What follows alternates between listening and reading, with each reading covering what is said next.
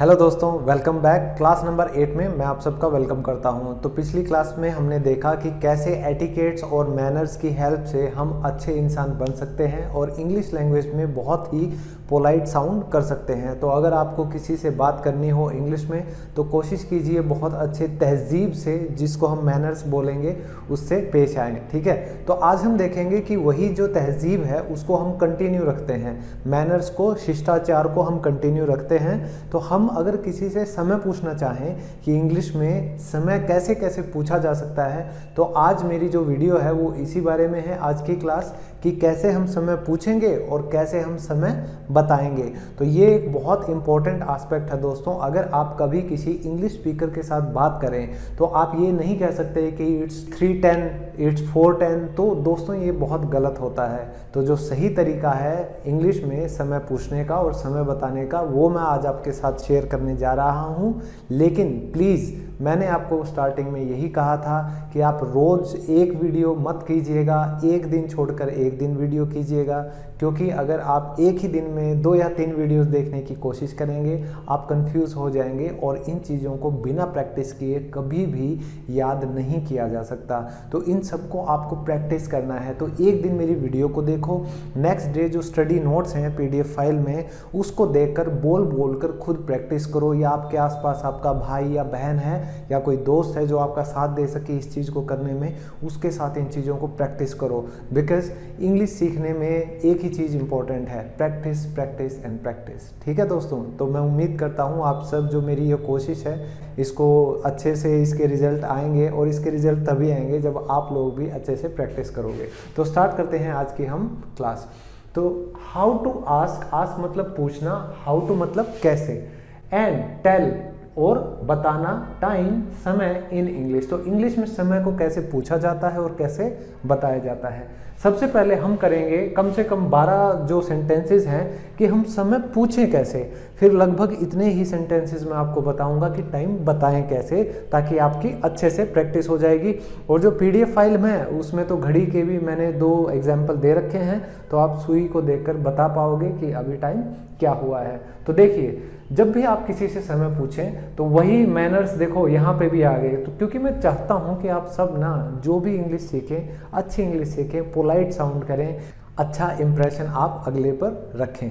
देखिए, सबसे पहला सेंटेंस है टाइम प्लीज़। तो जब भी आपके पास समय कम हो, जल्दबाजी में, सुबह ऑफिस में निकलते टाइम, या बस पकड़ते वक्त, या आप कहीं भी हैं, ट्रेन का वेट कर रहे हैं, तो आपको सिर्फ इतना कहना है, टाइम प्लीज़। ठीक है, लेकिन ये नहीं कि किसी इंसान का चेहरा दूसरी तरफ है, उसकी पीठ के पीछे आप खड़े होके टाइम प्लीज़, टाइम प्लीज़। तो भाई ये तो थोड़ा सा इलॉजिकल हो जाएगा ना। तो देखिए, जब वो इंसान आपकी तरफ देख रहा हो, आपके आई कांटेक्ट हो जाए, तभी आप ये चीज़ पूछिएगा, टाइम प्लीज़। ठीक है, तो इसका मतलब ये रहेगा कि समय बताइए, कृपया समय बताइए। जो नेक्स्ट है वो है what is the time please. तो इसमें आप थोड़ा सा फॉर्मल हो रहे हैं। ठीक है, इसमें ये है कि मान लीजिए आप जल्दबाजी में हैं बहुत, तो भी आप ये कह सकते हैं, और आप किसी ऐसी जगह पे हैं कि जहां आपका कोई फॉर्मल रिलेशनशिप नहीं है, मतलब आप ऑफिस में नहीं हैं, आप ऐसे ही कैजुअल कहीं पे हैं और आप टाइम पूछना चाहें, तो ये भी आपके लिए सही सेंटेंस होगा। ये जो है what is the time please, ये थोड़ा सा फॉर्मल सेटअप में हो गया। जैसे आप स्कूल में हैं, तो आप कहीं अगर जॉब करते हैं, किसी ऑफिस में हैं, किसी मीटिंग में हैं, तो भी आप ये चीज़ पूछ सकते हैं, what is the time please, कि समय क्या हुआ है, कृपया बताइए। ठीक है, नेक्स्ट है दोस्तों, व्हाट डज द क्लॉक से, कि घड़ी क्या कहती है। ठीक है, तो आप कभी किसी को पूछिएगा कि व्हाट डज द क्लॉक से, जो नेटिव स्पीकर हैं उनको ये चीज़ अच्छे से समझ आएगी, और जो बाकी के स्पीकर हैं आप ही की तरह ESL लर्नर्स, मतलब English as a second language learners, तो वो शायद इस चीज़ को सुनकर थोड़ा अटपटा सा उनको लगे कि भाई ये क्या पूछ रहा है, लेकिन इसका मतलब भी वही होता है कि घड़ी के हिसाब से कितना समय हुआ है बताइए मुझे। ठीक है, कि घड़ी क्या कहती है, वॉट टाइम इज़ इट। ये अगेन बहुत सिंपल टर्म्स में है कि समय क्या हुआ है, वॉट का मतलब क्या, ठीक है, कि समय क्या हुआ है। फिर what time is it right now, तो ये हम हमारी लोकल भाषा में जैसे कई बार कहते हैं कि कितने बजे हैं, सिंपल पूछते हैं ना कि टाइम क्या हुआ है भाई, कितने बजे हैं, तो ये वो वाला सेंटेंस है, what time is it right now, कि अभी कितने बजे हैं, अभी कितना टाइम हुआ है। फिर है दोस्तों, देखिए ये कुड और वुड का जो मैंने लास्ट क्लास में बताया था वही मैं रिपीट कर रहा हूँ। ये जो प्लीज़ है इसको भी मैंने रिपीट किया ताकि आप लोगों की प्रैक्टिस साथ साथ होती रहे और आप पोलाइट इंग्लिश स्पीकर्स बनते जाएं।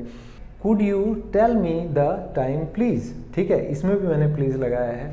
कुड यू, क्या आप बता सकते हैं, टेल मी बता सकते हैं, क्या आप बता सकते हैं, क्या बता सकते हैं, द टाइम प्लीज, कि समय बताइए, क्या आप मुझे समय बता सकते हैं, कृपया क्या आप मुझे समय बता सकते हैं। कितना अच्छा साउंड करता है, चाहे किसी की भी भाषा हो। नेक्स्ट है दोस्तों, could you tell me what time is it, क्या आप मुझे बता सकते हैं कि समय क्या हुआ है। तो देखिए, आप खुद सोच के देखिए, आपकी अपनी भाषा में ये चीज़ कितना अच्छा लगता है सुनने में अगले वाले को। तो समय कौन नहीं बताएगा। अगर आपका समय बहुत ख़राब चल रहा है और किसी ऐसे इंसान से आपने पूछ लिया जो घर से लड़ाई झगड़ा करके आया या ऑफिस में जिसको सुनने को डांट पड़ी है बॉस की, तो हो सकता है कुछ प्रॉब्लम हो जाए, लेकिन फिर भी 99.9% कोई भी आपको गलत नहीं जवाब देगा, बजाय कि ये जो सिचुएशन मैंने बताई है इसके। नेक्स्ट है दोस्तों, इज़ इट फॉर ऑलरेडी। तो मान लीजिए आप कहीं मीटिंग में बैठे हैं, तो आपको वो रहता है कि भाई 4 बजे हमें जाना है, या ऑफिस से आपको कहीं मीटिंग के लिए जाना हो, या आपके ऑफिस का टाइम ख़त्म हो रहा हो 5 बजे या 6 बजे, तो आप पूछ सकते हैं अपने किसी भी कलीग से, क्या 4 बज गए अभी, क्या अभी पहले 4 बज चुके हैं। ठीक है, इसका मतलब ये होगा इज़ इट फॉर ऑलरेडी, क्या 4 बज चुके हैं, समझे। देखो दोस्तों, ये जो सेंटेंसेस मैं अभी करवा रहा हूँ ये आप रोज़मर्रा की ज़िंदगी में अपनी भाषा में बहुत ज़्यादा यूज़ करते हैं। जैसे हाउ लॉन्ग, कितना समय हुआ, हैज़ इट बीन, की पास्ट, बज चुके हैं 2। वो आप पूछना चाहेंगी कि कभी आप सोने लग जाते हो, ठीक है, दिन में भी, और आप लेट हो जाते हो किसी काम के लिए या मीटिंग के लिए, आपको कहीं बाहर जाना हो, तो आप पूछते हैं, एकदम से हड़बड़ा के उठते हैं, फिर पूछेंगे घर पे या किसी से भी कि 2 बजे हुए कितना टाइम हो गया, कितना समय बीत चुका है, पास्ट 2 PM, कि 2 बजे हुए कितना समय हो चुका है। ठीक है, और फिर ये है अगला, हाउ मैनी मिनट्स, कि कितनी मिनट हो चुकी हैं, टू गो फॉर 2 PM। अब ये कह रहा है कि 2 बजने में कितनी मिनट बाकी हैं, समझ गए। तो कोई भी बंदा टारगेट की तरफ या किसी को उस टाइम पर कुछ भी करना हो, वो आपसे ये पूछ रहा है भाई कि 2 बजने में कितना समय बचा हुआ है। ओके, तो नेक्स्ट है, did the clock just strike 12। तो अभी ये थोड़ा सा हैरान कर देने वाला एक्सप्रेशन है कि कोई हैरान होकर पूछ रहा है कि क्या घड़ी में 12 बज गए। ठीक है, did the clock just strike 12, did the clock just strike 12, कि यार क्या 12 बज गए। तो कई बार आपको समय का पता नहीं चलता, कई बार आप किसी ऐसे अपने मनपसंद साथी के साथ होते हैं कि समय कब निकल जाता है पता नहीं चलता। कई बार अपने परिवार के साथ आप किसी सेलिब्रेशन में, किसी खुशी में मशगूल हैं, तो भी आपको पता नहीं चलेगा कि समय कैसे बीत जाता है। और दोस्तों, अगर मान लीजिए आप अपने काम से प्यार करते हैं तो भी आपको नहीं पता चलेगा कि ऑफिस में टाइम कितना जल्दी बीत जाता है। नेक्स्ट है दोस्तों, I wonder if you could tell me what time is it. तो आई वंडर का मतलब ये होता है दोस्तों, कई बार आप किसी से पूछने के लिए ये कहते हैं कि मैं सोच रहा था कि क्या अगर आप मुझे समय बता सकें कि कितना समय हुआ है। तो वंडर का मतलब होता है इसमें सोचना। ठीक है, एक और फ्रेज़ आता है जो लोकल हम बहुत यूज़ करते हैं इंग्लिश में खासकर, I was wondering if I could take you out for a coffee. ठीक है, कि मैं सोच रहा था क्या मैं तुम्हें कॉफ़ी के लिए बाहर ले जा सकता हूँ। तो बहुत ही अच्छी ये पंच लाइन कह लीजिए आप, कुछ भी है, लेकिन ये चीज़ें बहुत अच्छी साउंड करती हैं अगर आप इन कुछ ग्रीटिंग्स के साथ, इन कुछ एक्सप्रेशंस को यूज़ करके, मैनर्स और एटिकेट्स वाले वर्ड्स को यूज़ करके आप इंग्लिश बोलेंगे, तो बहुत अच्छी इंग्लिश तो आएगी ही आएगी, आप पोलाइट भी साउंड करेंगे। तो अब देखते हैं नेक्स्ट कि आप टाइम बता कैसे सकते हैं, वो भी बहुत इम्पोर्टेंट है। तो दोस्तों, अब हम देखते हैं कि समय कैसे बताया जाता है। ये बहुत इंपॉर्टेंट चीज़ है, क्योंकि जब भी आप किसी नेटिव स्पीकर से बात करेंगे या किसी ऐसे इंसान से जिसको इंग्लिश अच्छी से आती होगी, तो आप वहाँ पर यही चीज़ें यूज़ करें तो आपके लिए बहुत अच्छा होगा। जैसे टेलिंग टाइम, समय बताना, तो ये सीखने से पहले हम कुछ ऐसे टर्म सीखते हैं, कुछ ऐसे वर्ड्स हैं जो हमें हेल्प करते हैं हमेशा टाइम बताने में।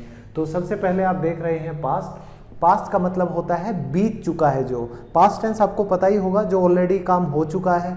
तो अगर कोई आपसे कहे कि भाई 2:30 हुए हैं, तो 2 बजकर मतलब 2 वाला जो टाइम है वो बीत चुका है, उसके बाद 30 मिनट हुए हैं, तो वहाँ पे आप सिर्फ समझ लीजिए आपको फिर लगाना पड़ेगा पास्ट। और यहाँ पे समय बताने में जो क्वार्टर होता है उसका मतलब है 15 मिनट, ठीक है। जो हाफ होता है उसका मतलब है आधा घंटा यानी कि 30 मिनट्स। तो आप यहाँ पे उसका यूज भी देखेंगे। अब जो नून टाइम है वो होता है दोपहर को 12 बजे का समय, ठीक है, उसको हम कहते हैं नून, दोपहर को। ओके, जैसे आप आफ्टरनून नहीं बोलते, तो नून के बाद, आफ्टर का मतलब क्या होता है, बाद में, तो नून के आफ्टर में जो भी समय है आप उसको आफ्टरनून बोलते हैं। तो ये जो नून है ये है हमारा दोपहर को 12 बजे। तो आधी रात को जो 12 बजे टाइम होता है उसको कहते हैं मिडनाइट, ठीक है। और ये दो इंपॉर्टेंट चीजें हैं। तो जो सुबह का समय होता है जब सूरज आपका निकलता है, जिसको हम भोर कहते हैं, ठीक है, सुबह वाला जो समय जब सूरज निकलता है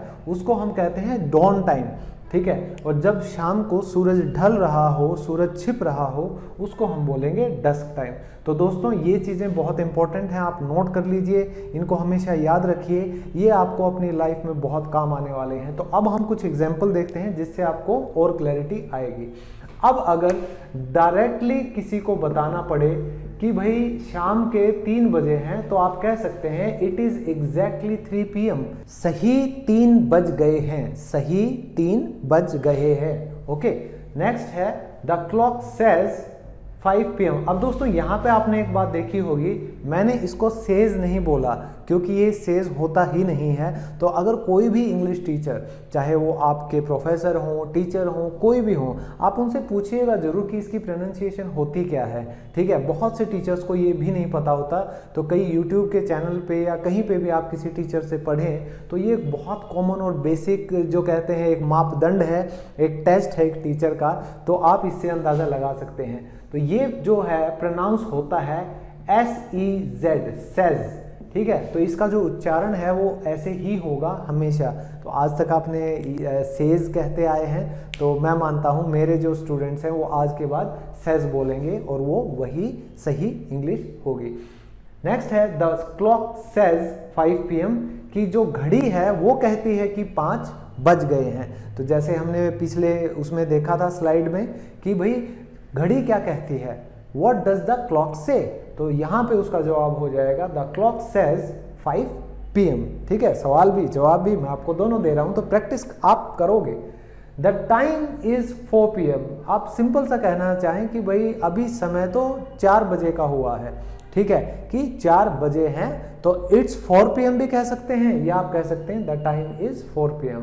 अब देखिए दोस्तों, यहाँ पे बात करें, इट इज 5:45, मतलब 6 बजने में 15 मिनट बाकी है। 2 मतलब पूरा होने में, क्या पूरा होने में, 6 पूरा होने में। तो ये जो समय है ये कितना है दोस्तों हमारा, ये है 5:45।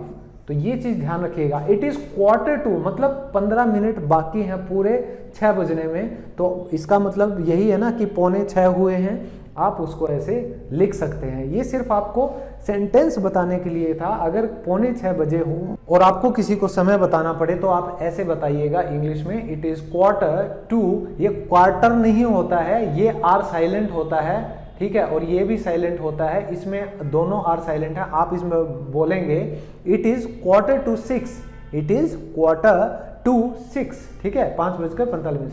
इट्स 7:30। अब पास्ट का मतलब जो बीत चुका है, ठीक है। तो भाई पास्ट 7 बजने के बाद कितना समय हुआ है, हाफ का मतलब है 30। तो ये क्या हुआ दोस्तों, बताइए बताइए जल्दी, वीडियो को पॉज करके देखिए, लिखिए, और ये बजते हैं 7:30। देखिए इट्स 7:15। अब यहाँ पे हाफ था तो इसका मतलब आधा घंटा, पास्ट 7 मतलब 7 बजे के बाद, जो 7 तो बज चुके हैं ऑलरेडी, लेकिन उसके बाद कितना समय बीत चुका है, क्वार्टर। तो ये कितना हुआ, फिर से पॉज करो, सोचो, लिखो और फिर देखना, ये बजे हैं 7:15। ठीक है दोस्तों, तो मेरे ख्याल से शायद आपको ये चीज़ क्लियर हो गई होगी। बाकी आप जो प्रैक्टिस शीट है उसमें से अच्छे से प्रैक्टिस कीजिएगा। वहाँ पे मैंने घड़ी के निशान भी दिए हैं ताकि आप और अच्छे से घड़ी को देख के आप टाइम लिख सकें कि कितना बजा है। अब दोस्तों कुछ सेंटेंसेस ऐसे होते हैं जहाँ पे आपको पता होना चाहिए कि अगर आप किसी को समय बता रहे हैं तो उसका सही जो है सेंटेंस क्या होगा। देखिए इट्स डस्क टाइम। अगर आप किसी को कहना चाहें कि भाई ये तो शाम का समय है या ये सूरज ढलने का समय है, तो बजाय कि आप उसको ये कहें कि इट इज़ 6 PM, तो जाहिर सी बात है अच्छा इंप्रेशन जाएगा। आप उसको ये कहो ना, it's dusk time, it's dusk time, कि भाई शाम का समय है। ठीक है। Now call me at midnight. तो मान लीजिए अगर आप किसी से दिन में बात नहीं कर सकते और आप सीधा आधी रात को, जैसे जन्मदिन होता है ना सबका, तो कई कहते हैं कि भाई मेरे जन्मदिन पर मुझे एग्जैक्ट 12 बजे कॉल करना, और अगर आपने 12 बजे कॉल नहीं किया तो मैं उसके बाद आपसे बात नहीं करूँगा या नहीं करूँगी। ठीक है। बहुत आपके जो दोस्त हैं वो इस बात पे नाराज हो जाते हैं। मेरी एक दोस्त थी, आप मानोगे नहीं, सिर्फ इस बात को लेकर तो उसने मुझसे हमेशा के लिए बात करनी बंद कर दी। ठीक है। उसने कहा अगर मैं आपके लिए इतनी ज़रूरी नहीं हूँ कि आप मुझे बर्थडे तक विश नहीं कर सकते सबसे पहले, तो इसका मतलब आप हमारी दोस्ती को कुछ समझते ही नहीं हो। तो अब क्या कह सकते हैं, ये बचपना भी होता है, लेकिन कई बार लोग रात को 12 बजे तक जगे रहते हैं, अपने जो क्लोज वंस होते हैं, जो अपने प्रियजन होते हैं, उनको विश करने के लिए। तो ये बहुत अच्छा लगता है वैसे तो, लेकिन फिर भी कॉल मी एट मिडनाइट का मतलब है कि मुझे रात को 12 बजे कॉल करना। नेक्स्ट है दोस्तों, सी यू टुमारो एट 4 PM। तो अगर आप किसी को एग्जैक्ट टाइम दे रहे हैं कि मैं आपसे इतने बजे मिलूंगा या मैं इतने बजे मिलूंगी, तो उसके लिए हमेशा आप किसका यूज करेंगे, एट का। किसका यूज करेंगे, एट का, कि सी यू टुमारो। ठीक है, कि कल मिलता हूं तुमसे, या कल, सी यू का मतलब होता है मिलना, कि कल मिलता हूं तुमसे कितने बजे, एट, जो एग्जैक्ट टाइम है उसके लिए एट 4 PM। लास्ट हमारा सेंटेंस है I will meet you in the evening. तो अगर मान लीजिए आप सुबह का टाइम किसी को दें, दोपहर का टाइम किसी को दें, या शाम का टाइम किसी को दें, जो इवनिंग है, जो मॉर्निंग है, उसके लिए आप हमेशा यूज करेंगे इन का। तो किसका यूज करेंगे, इन का। उसके साथ द भी आएगा, क्योंकि आप दोनों जानते हैं बात करने वाले कि आप कौन सी शाम की बात कर रहे हैं। तो जो जान पहचान वाली जो भी चीज़ होती है, जो भी बात होती है, उसके लिए हम द लगाएंगे। ठीक है। इसको हम दी बोलेंगे क्योंकि ये ई भी है, इसलिए। तो जो हमारे वॉवल्स हैं ए, ई, आई, ओ, यू, तो इन सब के लिए हम किसका यूज करते हैं दोस्तों, इसको हम प्रोनाउंस करते हैं दी। ठीक है। तो ये बीच में छोटी छोटी बातें मैं इसीलिए बता रहा हूँ ताकि अगर आप लोगों को पता है तो आपकी रिवीजन हो जाएगी, और अगर आपको नहीं पता है तो हम इन चीज़ों को बिल्कुल डिटेल में करें, उससे पहले थोड़ा थोड़ा आप लोगों की समझ अपने आप बढ़ जाएगी। तो दोस्तों आई विल का मतलब होता है आई विल, तो ये हमारी कॉन्ट्रैक्शन हो जाती है। आपने देखा होगा लिखने में इसको ऐसे ही लिखते हैं हम, और बोलते टाइम भी हम ये नहीं कहते I will meet you tomorrow, हम कहते हैं I will meet you tomorrow. तो ये थोड़ा थोड़ा अंग्रेजों की तरह बोलने की कोशिश अगर आप चाहते हैं करना, तो कॉन्ट्रैक्शंस आपके लिए बहुत इंपॉर्टेंट है। तो मैं एक लेसन, जो एक क्लास है, वो आपको कॉन्ट्रैक्शंस की अलग से कराऊंगा ताकि आप फ्लुएंट स्पीकर बन सके और आपकी इंग्लिश फास्ट हो सके। ठीक है। तो बने रहिए मेरे साथ, बहुत कुछ है करने को। तो I will meet you in the evening, कि मैं तुमसे शाम में मिलूंगा। ठीक है। तो मॉर्निंग के लिए, इवनिंग के लिए आप क्या यूज करेंगे, इन, और अगर एग्जैक्ट टाइम आपको बताना है तो आप यूज करेंगे एट। ठीक है। और सुबह या शाम का समय बताना पड़े तो आप क्या यूज करेंगे, डस्क टाइम या डॉन टाइम, जैसे इस सेंटेंस में है। तो दोस्तों ये बहुत इंपॉर्टेंट चीज़ है, इसको देखिए, समझिए, पढ़िए और प्रैक्टिस कीजिए। हम मिलते हैं नेक्स्ट क्लास में। Take care, love you all, bye bye.